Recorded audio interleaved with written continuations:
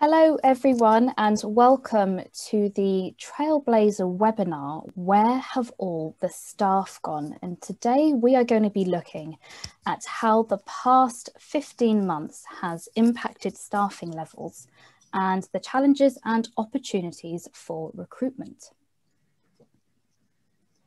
So my name is Eloise Hanson. I am the news editor at Boutique Hotel News. We're an online B2B site for boutique, lifestyle and luxury hotels published by International Hospitality Media.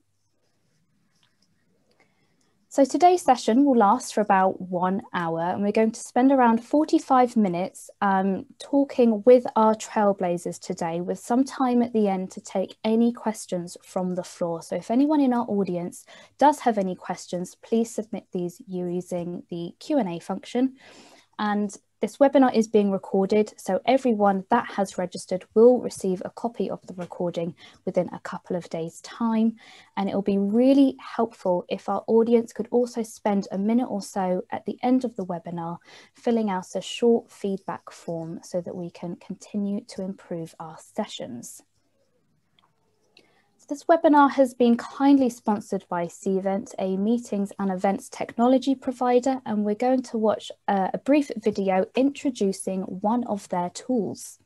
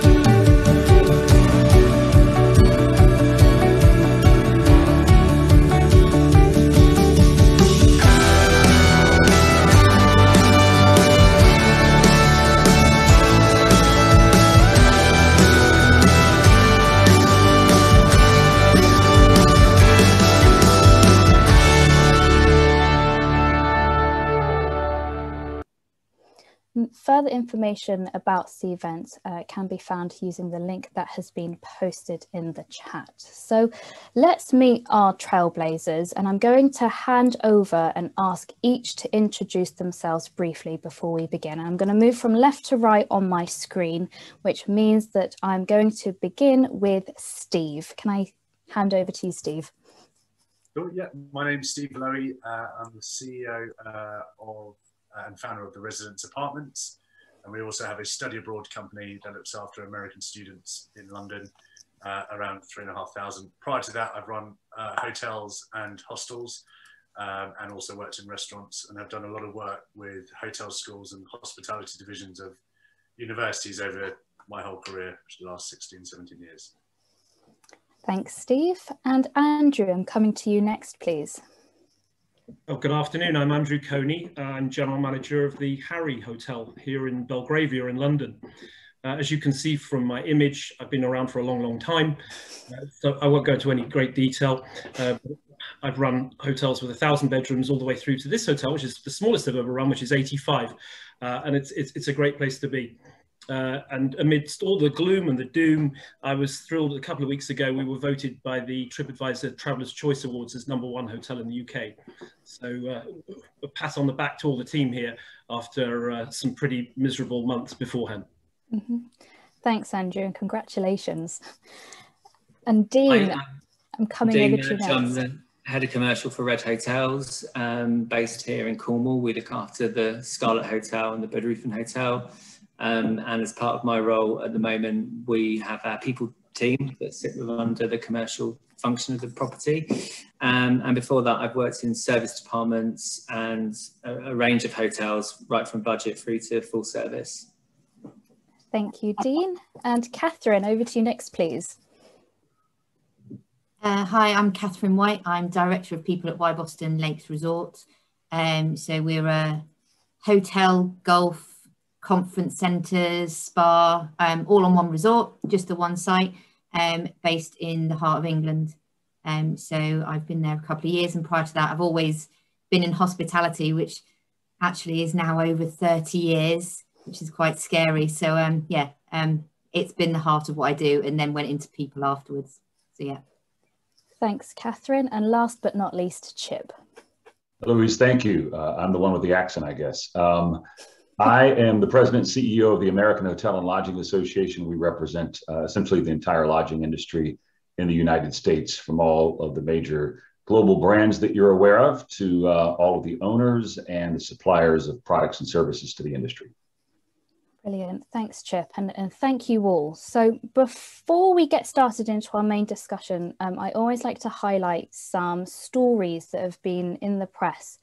And I've seen quite a few hospitality businesses limit trading times as a result of the labour shortage. And there's also been quite a few initiatives launched that are focused on promoting jobs and careers within the sector. And on the right-hand side, I've also popped on here a poll which I came across on LinkedIn from Liz Ryan, founder and CEO of consulting firm Human Workplace. And the poll said, employers are struggling to fill their job openings despite people looking for work. What's the problem? 41% voted that jobs don't pay enough. 32% agreed that the recruitment process is broken. Then 19% voted employers are asking for too much, and 8% claimed another reason. So this is all just food for thought. And on the next slide, I'd like to highlight the bottom story, which was published around 6 weeks ago. And this includes data from the American Hotel and Lodging Association and UK Hospitality, which combined revealed that nearly 2 million hospitality jobs are at risk by the end of 2021. And within this report, or within this story, the AHLA expects hotels to end this year down 500,000 jobs, which amounts to a further 1.3 million hotel-supported jobs in jeopardy. And the AHLA, along with Unite Here, is now urging Congress to pass the Save Hotel Jobs Act. And we are going to be talking with Chip later on about this bill. And finally, on the last slide, speaking on BBC Radio 4, former Business Secretary Dame Andrea Leadsom highlighted that some businesses just can't seem to get their staff to come back to work simply because they've become used to being on furlough. And she also mentioned that there's a mental health issue and fear around the idea of returning to work. And the BBC story underneath this showed that some former hospitality workers have now moved into industries such as recruitment, or have gone to work for companies such as Amazon. And from an employer's perspective, we are going to look today at how to attract talent into the hospitality industry. And whilst we are on this slide, I'll highlight that the Scala and Bridgethan have recently become a real living wage employer, and we are going to hear more from Dean more about this later on. So let's begin our conversation. And I would like to kick off with a question to Andrew. You mentioned earlier, Andrew, that the Harry is a 5-star city centre hotel in Belgravia, London. So how many staff would you typically employ, and how has this been affected by the past year? Okay, so we're 85 bedrooms, 1 restaurant, 1 bar. And pre-pandemic, we had 110 people working for us in the team. Unfortunately, as the lockdown started to ensue, we had to let some people go, which I think was commonplace within the industry. But a small number. And when we reopened, it was very encouraging that majority of people came back. Only a handful of people that decided they wanted to stay home. But no, there was a very good spirit. And I think it's taken 2 further lockdowns with this perpetual on-off, switching people on and off like light switches, that just as you've said, they've started to find alternative employment. And many have stayed on furlough back in the countries they originate from, but have been claiming furlough in the UK and have found alternative employment overseas. And then encouraging them to come back in these very unstable and very inconsistent circumstances is just incredibly difficult. So we got back down to a number of about 60 when we reopened in April of this year. So almost half the number of people we had pre-closure. It wasn't a huge issue because obviously in London, occupancy is a huge challenge. Yeah, we were able to cope, and we've now got that number up to about 75. And at the moment that's pretty stable in terms of where we need to be, but we're still looking. And of course, we're fishing in a very small pond right now, and I'm sure we'll come on to recruitment. But yeah, it's there's been some flaws to the whole furlough scheme, in as much as it was meant to be a job retention scheme. That was what it was called. And a lot of people have been lost as a result of it. So yeah, it's kind of reversed on itself. Which is a huge disappointment, but on the other hand, it's been a great benefit to us. And I think it was a very rigid scheme at the beginning, and we didn't have a lot of flexibility around it, and we had to sort of guarantee certain hours and certain length of days of work. And then we got to a stage with flexi furlough in the summer, and that has proven really helpful to us, particularly in sort of pre-opening circumstances where you don't need the full team on site. And right now I've reached a circumstance where I don't have anybody on furlough because it's all hands on deck. I cannot afford to have anybody on furlough. Well, that answered my next question. In what role did furlough play, or does furlough play in this current situation? So amazing to hear that you have no staff now on furlough. So now I would like to prompt another question, because we've touched on how some staff maybe don't want to come back off furlough. So who ultimately then makes the decision when people do come back from furlough? Is it the employer or is it the employee? Andrew, what's your experience? We haven't had too much of a challenge with it here, but I know of circumstances where hotels have said, I want everybody back next week. And it's a pretty mandated message that everybody must come back. And then there's this sudden resistance from some employees. They just don't want to come back. So they've stretched it to the bitter end. And then comes the blow. And I've heard it's in big numbers in some properties, which is pretty devastating. But yeah, ultimately, and particularly things like flexi furlough, it's very much the employer, but you've got to have the support of the team member, because just as I've said, it's not fair to keep turning people on and off through lockdowns. It's also not quite right just to keep putting people on furlough and off furlough. So we've tried to resist it, but yeah, it's a blend of the two. It's employer and employee. I also think some businesses, and not necessarily hospitality, haven't stayed in touch with their staff. Everyone went on furlough, and there hasn't been that communication and engagement that you need if you're going to bring people back. Very similar to Andrew, we were delighted when flexi furlough happened, and we actually had a bit of a rota where some people were, because we were still operating throughout, not at usual levels, but we were able to have housekeepers working, a week on, a week off, and flexing it between people to try and retain them and obviously keep them engaged with the business. And we also set up a lot of training schemes for staff to upskill themselves where possible. And if they wanted to, you couldn't force people to do it, but you could provide that side of it. And I think our HODs would be very good at keeping in touch with people who have been on furlough. And now, hopefully from September onwards, when we get our students back, we'll be up to more of a full capacity. We're probably going to need a few extra staff, but hopefully not as many as we would have done if we'd have sort of let them be and then suddenly gone, hey, come back full steam ahead, because it's going to be hard. It's like with starting a car that hasn't been used in ages or whatever it may be. You have to get back in the swing of things. And I have seen it. I've been fortunate enough to stay at a few hotels and go to a few restaurants, and you can see staff you can actually notice it because they're just not used to it, and it's understandable, so I think, yeah, there's a challenge all around. So Steve, picking up on how you just begun there about engagement, how has the last 12 months then prompted you to maybe think differently about your team engagement, and maybe what's actually here to stay in that respect? I think everyone has dealt with this whole crisis differently. And I talk from a personal perspective. Some people became very anxious. Some people loved working from home.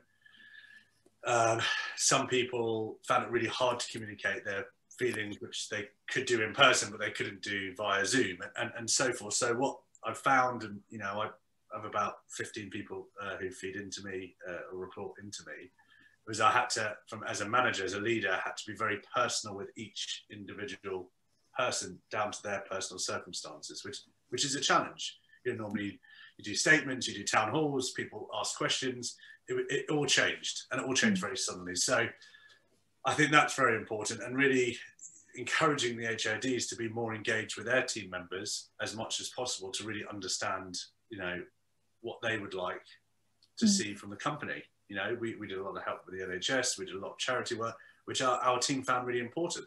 You know, they found that was a really good thing for us to do, and they were very engaged with helping with that. And going forwards, you know, we did our sort of annual job chats and appraisals and stuff, and I tried to encourage people to come in and do it by person, but if they couldn't, they did it online, to try and get a bit of structure back, even if part of it was virtual. And I think that was really important, because I did find out in those job chats some of the struggles people had, and I felt quite engaged with the team that they had that hadn't told me. So I think that deep engagement, we're relatively small, you know, we've got 300 apartments, but we have the same number of staff as Andrew, who has it in one building. So actually you can be quite personal with that. But the bigger brands, I think, would have been quite difficult, because we've got tens of thousands, hundreds of thousands of people all over the world, and to try and keep them, you know, through their franchisees engaged with that brand must be a real challenge. But there's also been a desire from our younger staff for training, like really upskilling themselves. And what's next? And I'm like, if I knew what's next, you know, if we all knew what's next, I think it would be a lot easier for all of us, for the whole sector. But actually, there was a real desire to find, you know, have a plan, discuss that plan, even if the plan was wrong or ended up being scuppered by lockdown, being part of that. And I think that training and upskilling is going to be really, really important, particularly if you want to engage younger people, graduates, and people 2 or 3 years after university, to stay in the industry. So Steve, quickly, do you think that the shortage of staff then that is being felt across the board, do you think that is going to improve when furlough ends? No. The Financial Times in October, before the winter lockdown, said 750,000 people left London. Right. 750,000 in a big city with 8 million people living there. You know, almost 10%. I guarantee that winter lockdown, there would have been further. So I'm sure the Financial Times will come out with further stats. You know, I think it's going to be basic economics of demand, supply, and the effect on price. I think, you know, the wages will go up, because people will be competing. As Andrew said, it's a small pool now. You've got it all, or incentives or extras on it. So I don't think it will be, and I think the industry has to work very, very hard, and I know we'll discuss it more, to make it appealing to a lot of people who do need a job and wouldn't have ever considered hospitality before. And I think that's on the industry, it's education, it's schools, it's really starting again, because I think over the last decade, in the UK definitely, is hospitality education has sort of gone out the window. Most of the famous universities have got rid of their hospitality schools. Where I studied at Salford, hospitality, that went 8 years ago, because it sucked up into the business school. You know, I've been mentoring at colleges, and some of the kids are just desperate for some real teaching. You know, there are lots of great colleges, but there's not enough really to make the industry sexy again. And I think there's going to be a lot of hard work, and I think there's going to probably be a lot of pain before the hard work kicks in to actually help the recovery. Or Priti Patel decides that hospitality is actually a key sector to the UK economy, which it is, and actually creates a visa system to allow young people who want to work in the UK for 2 or 3 years to do that, a youth mobility visa, which we have been lobbying government for, but is sort of on deaf ears at the moment. Speaking about wages and wages going up, I believe I saw a piece of research today from Indeed Flex. They're an online marketplace for flexible workers, and in the UK, the hiring crisis has driven wages to increase by 14% as businesses turn to temporary staff to fill in those gaps. So again, just food for thought here. And so Katherine, you mentioned that you are a leisure resort in the heart of England. So how are you now preparing your staff for what is set to be, I would assume, a very busy summer season for Wyboston? Yeah, it's interesting because you call us a leisure resort, but because we are two different types, we have very big conference and event centres, which still can't open properly. So they're still closed, and we have the hotel and spa and golf, which is open. So, and like when we opened again in July last year, we planned that we thought business would build up, and it didn't. We suddenly got hit really, really hard, and people have been off for what was at the time 3 months, and found it really hard to come back. Now, we closed at lockdown November last year, and we hadn't opened the hotel and spa again since. It wasn't something that we chose to do. It wasn't financially viable to do because it was only a few weeks till we anticipated there was likely to be a lockdown coming again anyway. So trying to get everybody geared up and ready for the summer. And again, we've opened, and fantastically, we are busy. The hotel and spa is really busy. The spa can't open to full capacity, as we know, still. So we need to wait for those restrictions to lift. But we are busy. The hotel's busy, and the team have now been off for 6 months. So that's made it really hard. So whereas last year was 3 months, this time it's been 6 months. So we actually started planning for that return in February, and we started training for that return. I mean, they were doing online training the whole time anyway, but we actually put together and got our managers and all our directors and our leadership teams in on Zoom, doing training as of the beginning of March, where we started resilience and wellbeing training for all the senior team, not just for them, because we've all worked throughout, but how are they going to manage their teams when they come back? What resources and tools are they going to give their teams? So we did that with them, and then we did some managing and supporting your teams, and then we've done everything online, from re-inductions to resilience and wellbeing training for every single team member. So even though some people have worked all the way through, so some of our golf team, some of our maintenance team, our sales team, everybody has done everything from scratch that's relevant to restarting and reopening. We, as part of the reinduction, we had several of us record a video. Throughout the year, the engagement stuff that we've done videos throughout the year, like a lot of people. We've done our normal comms where we've given updates of what we did, but we thought it was really important to give everybody a recap of all of those things that we did during the year to make it safe for both our customers and our team. And all along, it has been the team are as important as the customers to be safe back at work. There's no difference as far as we're concerned. So yeah, so it's been interesting, a huge amount of training that's gone in from our head of people and development, our general managers, heads of departments. Some of it's been on Zoom, the normal, somebody's on a Zoom call and all you're seeing is their slippers, or somebody's dog goes mental, which mine hasn't yet, touch wood. But all of those things, but it's just given us a completely different perspective on making sure they're all ready. And like Steve, I think, has just said, there's not many people on furlough anymore. So I think it was Andrew who said that with the hotel, all our hotel team are back. So we're fortunate with that. Our spa team are back. Our conference and event centres, they're not as yet. So it's a blend across the business, but we're getting some of those team members to come and work in the hotel whilst we struggle to recruit the vacancies we have. And I'd like to pick you up on, you mentioned a resilience and well-being training, be it course. Is that a new addition? I'm now wanting to expand this question to look at how maybe training and development might adapt into the future. Is that a new course that you added as a result of what's happened? We've always had mental health first aiders. That's been really key. So we've had those for years, since before I joined the business. We in 2018, we actually ran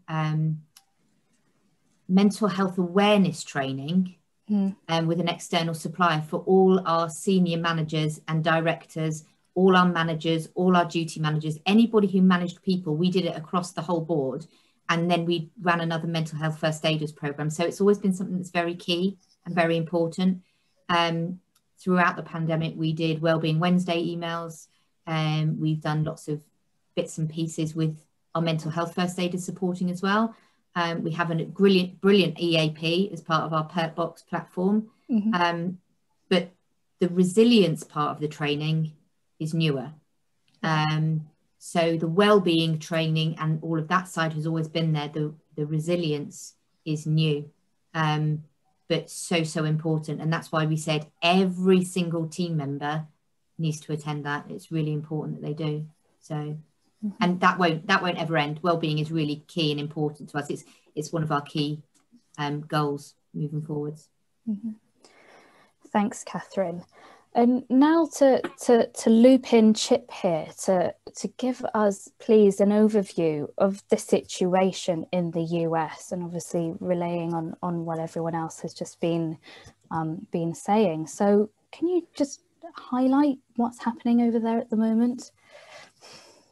It's not too dramatically different. The situation is bad, no question about it. We went through about 14 months of trying to find customers or consumers or guests, and now we can't find staff members. I will say the recovery has been somewhat uneven. So if you look at what hotels got hurt most in the US, it was clearly your urban city center hotels, anything connected to a conference center or convention center, those hotels that had large food and beverage operations. Those are the ones where there are still people who are not working.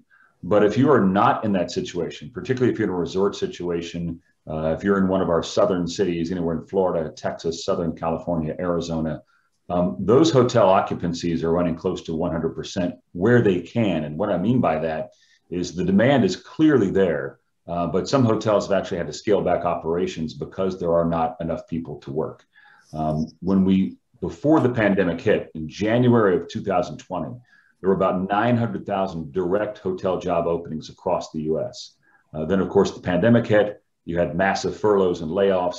And a lot of those folks, as was mentioned here earlier, have moved on to other jobs. I mean, during this pandemic, Amazon has become the largest private employer in the United States, surpassing Walmart, who's also a challenge for our industry. And so people that have been sitting on the sidelines wondering, when is their job going to come back?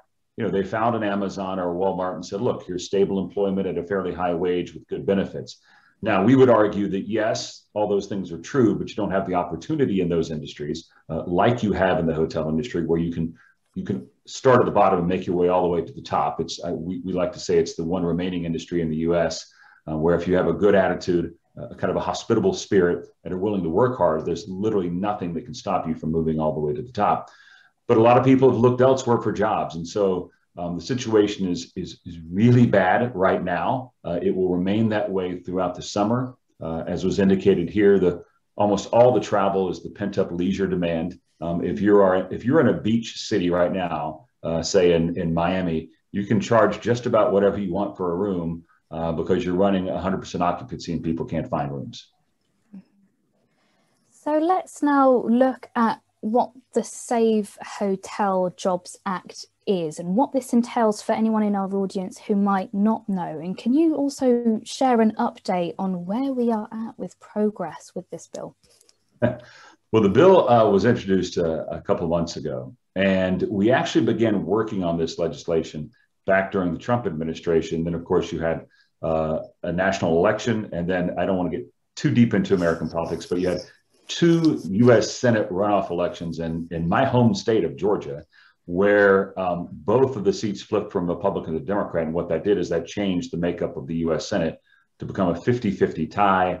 And because the Vice President of the United States, Kamala Harris, oversees the Senate, actually the Democrats are majority now. So that changed the nature of everything. The reason I go through that is because we were then required to work with our labor union before we introduced legislation. And so our labor union here in the U.S., Unite Here, we worked with them. It took a really long time to get this legislation introduced because we typically are not seeing things eye to eye. But on this one, we are, and that is legislation that is aimed directly at hotel employees. And so I won't go too far on the details, but ultimately what the legislation does, it allows for a hotel to take 3 months of total employee compensation from 2019. You can choose the months that you want, and you determine how much that was in 2019. That is the amount of the grant that you would qualify for. And then you have 9 months to spend that money on hotel employees that you might have right now, or ones you'd like to recruit, or ones that you need to pay more. And so it's a significant amount of money. There's no question about it. Like I said, the bill was introduced a couple of months ago. We're still gaining co-sponsors because of where American politics finds itself right now. There's not a lot of single issue legislation making its way through. And so we're ultimately looking to attach this to a much larger piece of legislation. The Biden administration is working on a major transportation funding bill. We're hoping perhaps to be part of that. But it's a process that will lend itself to 3, 4, 5 months. It may be the end of summer before we can finally get this passed. Well, best of luck, Chip, with that bill. And obviously, I will be here reporting on it wherever possible. And so, Dean, I'd like to bring you in here because, as we highlighted earlier in the conversation, that the Scarlett and Patrician Hotel have just become what is known as a real living wage employer. So can you please explain what this is and the process behind it achieving that status, that accreditation? Sure. We took the decision to work with the Real Living Wage Foundation. For about 18 months, we've been working towards this accreditation in terms of how we can make sure that everybody in our business has a minimum of £9.50 an hour. We've never paid national minimum wage. We've always paid higher than that, but it just didn't sit comfortable with us that those individuals that were really, on the floor in housekeeping or working in the restaurants were being paid less than £9.50 an hour. So we have been working with the Real Living Foundation for quite some time, and we decided now was the time to go out with this message and to reward our teams appropriately, which meant that for all of our staff, just over 112 employees went up to £9.50 per hour. The good thing about the Real Living Wage Foundation is that it is reviewed every year independently by them, and they set that rate. Was another reason why we decided to do that, because we felt that because it was independently verified, it meant that we could stand behind that rate. I probably personally don't feel that it goes far enough. I think that we are at a stage where wages are going to have to increase even more. Hotels are going to have to pay more money. Guests are going to have to pay more money. And I agree with what Steve said, that there is no real strength of education for people to come into hospitality as a serious profession. And I think this is quite a tipping point for the industry, because we have to be seen as a long-term prospect for people, not seasonal, not just to make ends meet. And we have to get to the point where one job is enough to support your outside of work interests. Too often we were seeing people doing 2, maybe 3 jobs just to make ends meet. So we decided to do that as part of our new offer to the team, as well as some other bits and pieces to kind of reward loyalty, if you like, at a time when it's very difficult to recruit, and also to encourage more agility across the hotels and across the departments, because we've had to be very clever in the way we do things to remain open. So how would anyone, if anyone wanted to become a Real Living Wage employer, what would they do? How would they go about this? Well, the easiest thing to do is to contact the Real Living Wage Foundation, and they will send you a pack and teach you about why they do what they do, how you become accredited. But it means everybody, regardless of whether they're employed directly by you or for an agency, has to earn a minimum of £9.50. And they will also work with you in terms of how you, communicate that into your team, because obviously not everybody got a pay rise at that stage, but our team well received it, because what they were recognising was it was helping those that were potentially most in need at that lower end of the pay scale. And so for us, that was really encouraging. Thanks, Dean. And Andrew, we touched on earlier about the competitiveness, I guess, of London.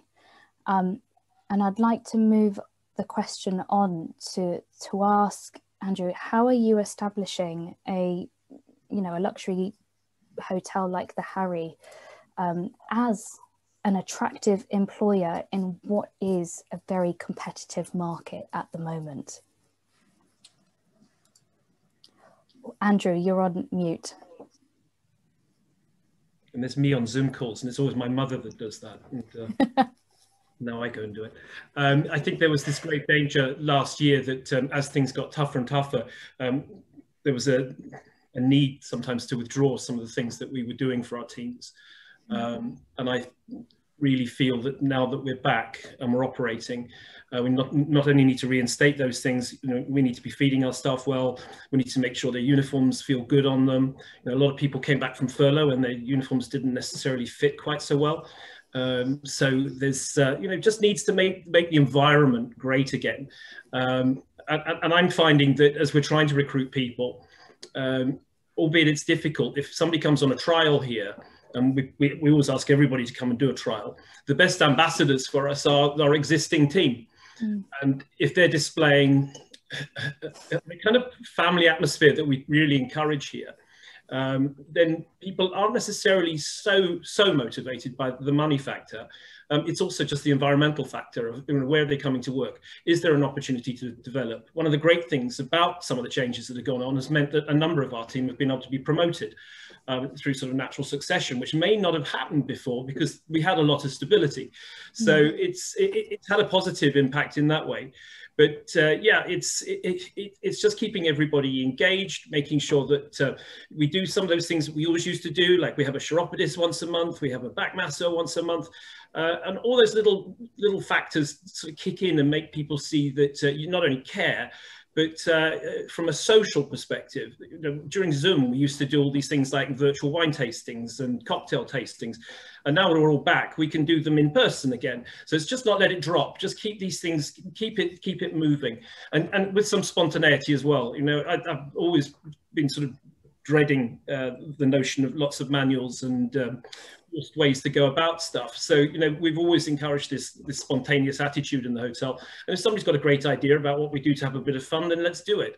And I think that's what we're doing. It's not just about money. It's about factors way beyond that. And whilst I'm with you, Andrew, we have a question from Graham Hardiman, which is on the basis that guests are staying in luxury hotels and apartments, that they want this personalised interaction with staff. Graham's asked, can the various contactless technology solutions on offer assist in replacing some of the team and therefore reduce staff levels? What are your thoughts? If I look at any review of this hotel, I think probably 99% of them mention individuals by name. And to me, it's so very much part of what we do that it's personal interaction. It's not automated interaction. So that it's conversations that lead to further conversations that lead to something that a guest ends up doing something they never even thought they were going to do. So I'm a little nervous about that. I think a balance is fine because some guests, particularly business travelers, that's growing more and more to be their expectation. But I think with a heftier balance of leisure guests, particularly right now, that personal touch is essential. I remember someone saying to me that luxury is all about offering the option. It's exactly striking that balance as you mentioned. And Steve, to pick you up on this education angle, I mean, what responsibility do we now have as employers to educate and train the next generation of hospitality leaders? Yeah, I think it's one is a mindset change. I think I've lectured a few hotel schools, and the favourite job people want afterwards is an asset manager. But actually, you've got your property asset, and the second biggest cost you have is your people. Yeah, and I don't think as an industry invest as much in the people as we do in the physical asset. And I think if we change that mindset that actually those people are assets to the business, and if you reinvest, you support, you look after, then that asset becomes even more valuable to the business. And I've always felt that that's been important, from running a budget hotel to now. When I had the hotels, 50% of our staff were students from all over the world, the furthest being New Zealand. And it was creating an environment where you learnt, you enjoyed learning. The older staff were learning from the younger staff were learning, careers going forward. And I think that's one part. The other part is actually the industry pushing education to take hospitality serious. And I've done it a few times. I worked closely with the Maastricht Hotel School, and I worked with them in the past when I used to take interns at the hotel, to really sharpen a lot of the students that were coming over in terms of entrepreneurship, and seeing that there's loads of different parts of the sector.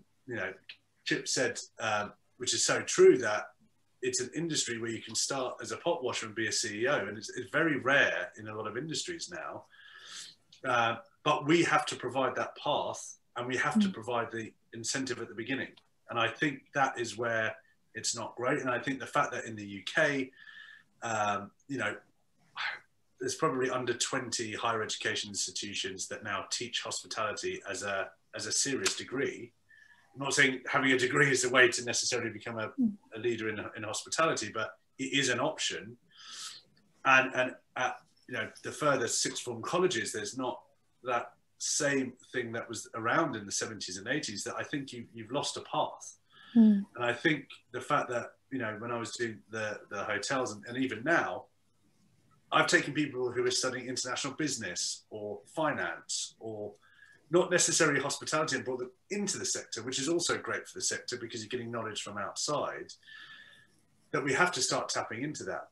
But I think the last 18 months, I don't think hospitality in the UK has ever been in the press so much. I think Kate Nichols' hospitality has got us out there, but actually it hasn't necessarily been in a way of, this is a great industry to work in. It's about, we're an industry that's getting hammered. And I think that also a change of media focus, school age kids, that, there is a great career here. If you're great with people, as Chip said, great with people, you can work hard, but you can also be very skilled, whether it, revenue management, you could be a computer software engineer and work in revenue management, AI, there's a lot of stuff there that I don't think people realize. And I think it's really on us as a sector to make sure people know that. And that's a global thing, but I think in the UK, particularly because of the educational piece, we're missing out a lot on good people who would actually love the sector.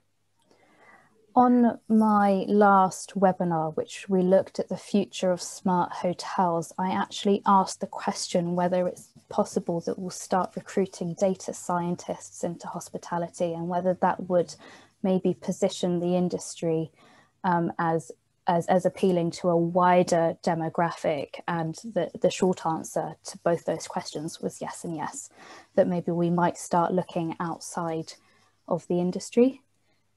Yeah, so, it's an amazing, the data points that hotels have, apartments have, even conference centres, you start yielding day rates on conferences, people can really analyse that data and local events and trends. Data scientists can have great fun with hospitality, and I think you're right. And we did actually host some computer science guys from Berkeley many years ago on an internship summer placement, and they were just so shocked about how many data points the hotels had, but also how many other data points are out there for hotels to use that data to create better decisions. And that's, you know, I'm very good at omelettes. Data science maybe a little bit ahead of me. So to learn from that person was very powerful. And I really started understanding AI because of this, you know, really smart 20-year-old kid. But he, you know, he went straight and went to Google afterwards. So I think embracing that more is important. And on that note, Steve, whilst I'm with you, a question from Colin Bidewell. To what extent is the industry embracing innovation, for example, in self-service process automation, and the inherent nervousness to adopt new tools? You just mentioned AI. Yeah, no, I think a lot of the perception that, or the reality that a lot of hotels were backwards with their technology, I think was true. I think there's a lot more accessible, cost-effective technology for all sizes and shapes of hotels. I think where the balance is what your brand is and what technology actually works for what you do. Personally, I'm only 40, but I'm very old school. I like people. I don't like self-check-ins. I like to ask questions. You know, if I'm fortunate enough to stay in a luxury hotel once in a while, I want that full experience. But I've stayed in the States and I've gone to some campuses, Chip will know, around Georgia, where, you know, you stay at a motel or a large, I was about to say the brand, large brand, you know, with limited service, and you quite frankly just want your room, sleep, and then you get back on the road again the next day. So I think it just depends on the type of hotel you are. I think it's quite refreshing when you see hotels where there's almost no technology. You know, there's no TVs in the room, there's little Wi-Fi, you know, or there's no Wi-Fi in public areas. But I think it's very important that technology is used to enhance the experience and not ruin it, in short. Thanks, Steve. And coming on to Chip here, we've just been talking about investing in people, and people are our hotel's biggest asset. So how do you think that the labour shortage is fueling and reshaping that longer term strategy to investing in people? Well, frankly, it's a little bit of both. So I think on one hand, there is a recognition, because of the incredible demand and limited supply, that there's only one direction that wages are going, and that's up. And we're seeing that. And it was mentioned earlier about housekeepers. Here in the US, since January of this year, the average salary paid to a housekeeper, or the average hourly wage, has gone up 25%, and that is in 6 months. And so we know that's happening. But in addition to that, we've got a serious structural problem that's not going to be solved overnight. And yes, we're engaged full force in an effort right now to find out why people aren't choosing hospitality. What can we do differently? How do we go about recruiting in a different way? Because clearly wages alone are not enough. Here's a shocking statistic for you here in the US, and I suspect it's similar in the UK. Pre-pandemic, those who were hired as housekeepers, at the end of 6 months, the retention rate was only 33%. So 2/3 of the workers after 6 months had moved on to another hotel or to another industry. And that is not sustainable. So there's two things at play here. One, you're going to have to find different ways to compensate. You're going to have to find better ways to keep people in their job. And I think the one area where we have been, frankly, very poor at doing is showing people that pathway to success. Like, yes, you start here, but here's where you can be, and here are the steps you need to take. But then there's going to be a lot of technology that is being used at some point. There's really no way around it. Yes, contactless check-in is here. It's now. It's not going away. And there are other things that are going to be used to reduce the cost of labor. But there's not a silver bullet.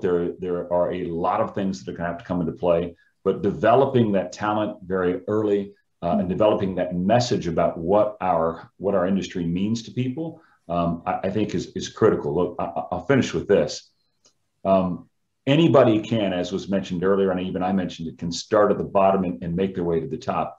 But it takes a certain type of person. And I think if you have that personality, and some people don't recognize it until they get into hospitality, but if they find out that they like serving other people, and that's what really gives them worth, boy, they're going to be incredibly successful in this industry. They're going to be compensated quite well. So it's not for everybody, but for those who do it well, they're going to have quite a career.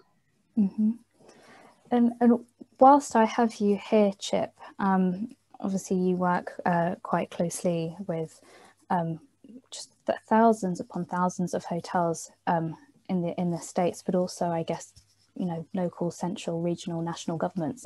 So do you think that governments, and I'm again talking perhaps quite broadly here, will view the value of hospitality in a new light post-pandemic, and what opportunities might that present?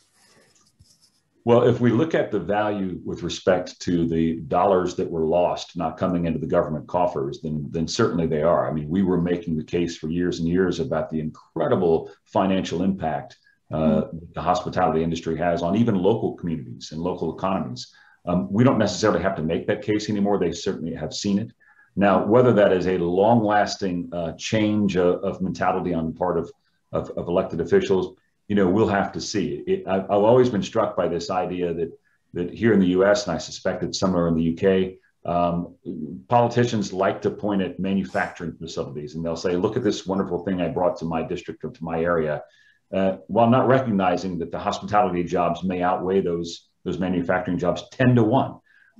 And so, because our jobs are somewhat transitory, because they're in the service sector, I don't think they get the normal respect that you might get in the manufacturing sector. Hopefully that will change, but part of that change is incumbent on us making it. And so we have to continue to tell that story. So the economic story has been told over the last year and a half, no question about it. But how do we hold on to that and remind people, particularly elected officials, that hospitality jobs are good jobs? These are careers that matter, and they are the central focal point of many communities. Mm-hmm. Thanks, Chip. And we are slowly drawing to a close, but I'm going to finish off with some questions actually about recruitment and the hiring process and how that has changed. And I'd like to come to Katherine on these questions. So can you talk to us about how that hiring process has changed, and maybe are you reviewing the required skill sets differently? I think it's I think as an industry, or certainly anywhere where I've worked, we've always done it on a continuing changing need of what your business needs. I think the point that Steve made earlier about people are your greatest asset, that is being a person in people. That's something that I've always said. It's really important. We're a people industry, so it's really important that the people we employ are the right people. They're the right cultural fit for us and for what we're giving our customers. It's really important. We've touched on the technology piece, but everybody wants to be greeted by somebody.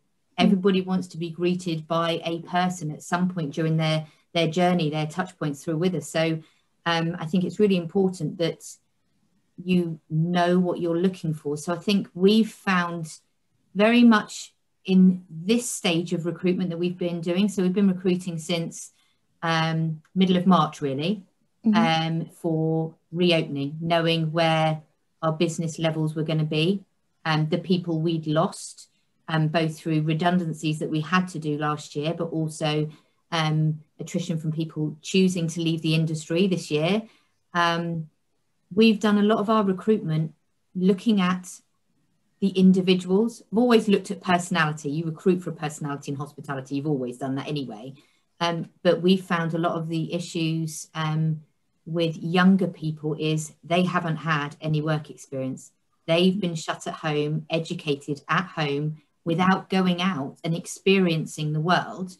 And we've found a lot of them have come in for interviews and not really known how to present themselves, not had the confidence to know how to talk to people of different age groups, of different backgrounds and everything else like that. So it's been quite a challenge.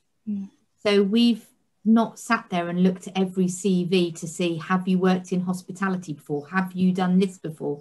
It's been very much on, okay, with some of those roles, it's really important, but other ones is, what does that person want? Do they have the passion? Do they have the need? Do they have the wants? And we can teach the rest. That's always been the way. So recruitment's changed from that perspective, certainly for what we're looking for.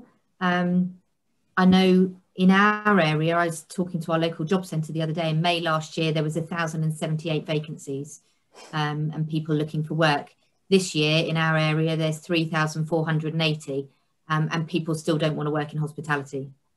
Yes. And that is because it's been said already, we are going to be one of the first industries. If something goes wrong with COVID again, we're going to be one of the first industries that close down again. So I think there's such a nervousness around that.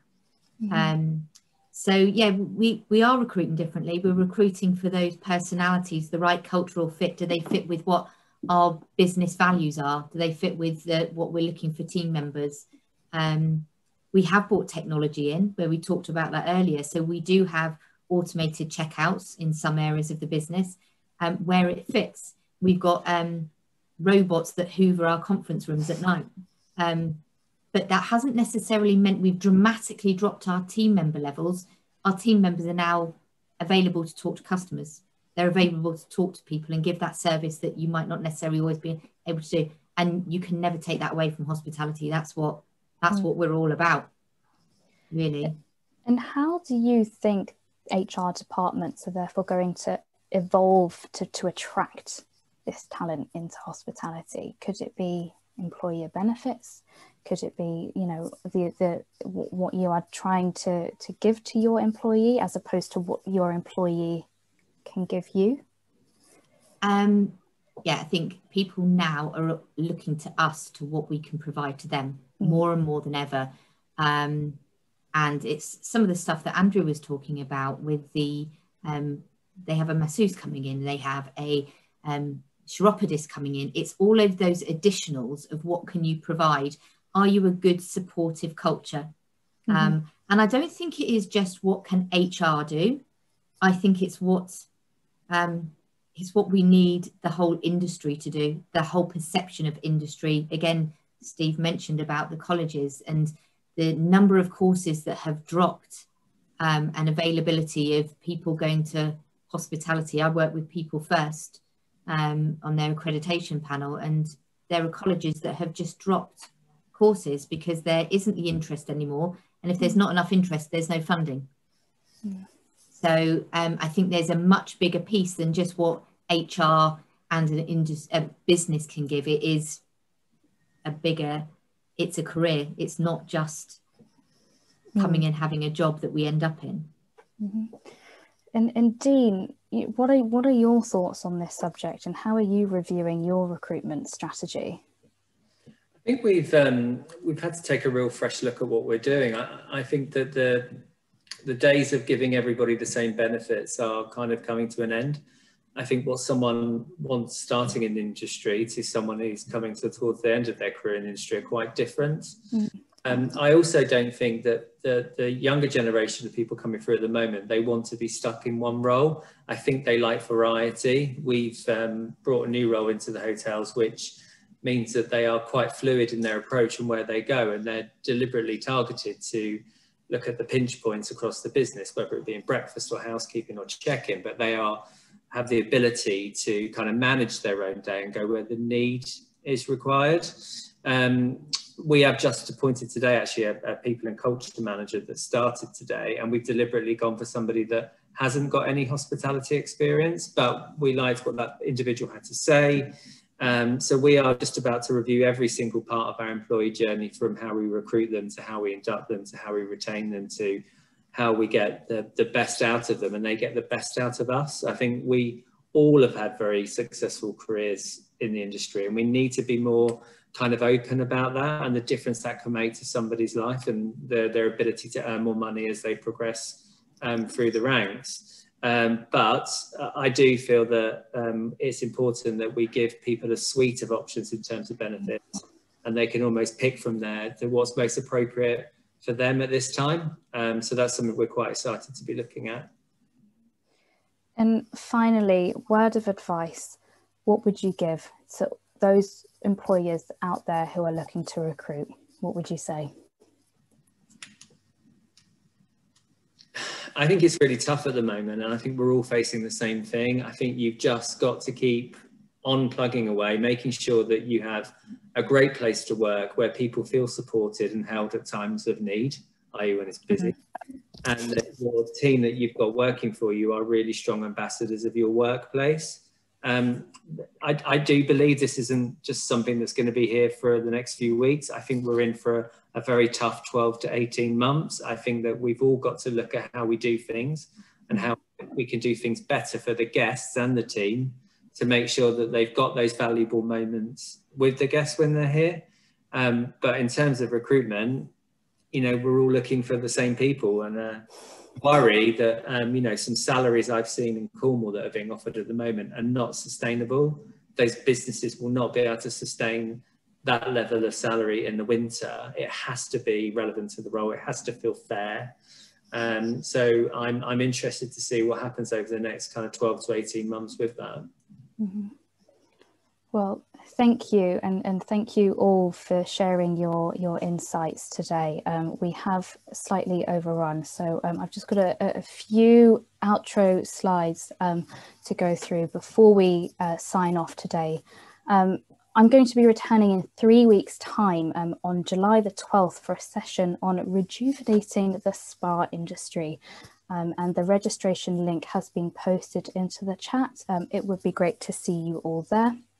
And the Trailblazer webinar series is a precursor to the Urban Living Festival, which, as a result of the government's latest announcement, has been moved to October the 26th and 27th of this year in London. And this new date simply means that we can welcome even more of you in person, and we're very much looking forward to doing so. And if you would like to hear more about the event, please do get in touch with my colleague Katie. Her details are up on your screen, and I believe her LinkedIn profile has been posted into the chat. And that is a wrap. Thank you so much for tuning in today. Thanks again to our Trailblazers. I believe their LinkedIn profiles are also in the chat, so please do carry on the conversation. It's a conversation that needs to be had. And thank you to CVent for sponsoring. So please do take a moment to fill out that feedback form. As I mentioned at the beginning, I'd really appreciate it. Otherwise, enjoy the rest of your days, and I will see you very soon. Cheers.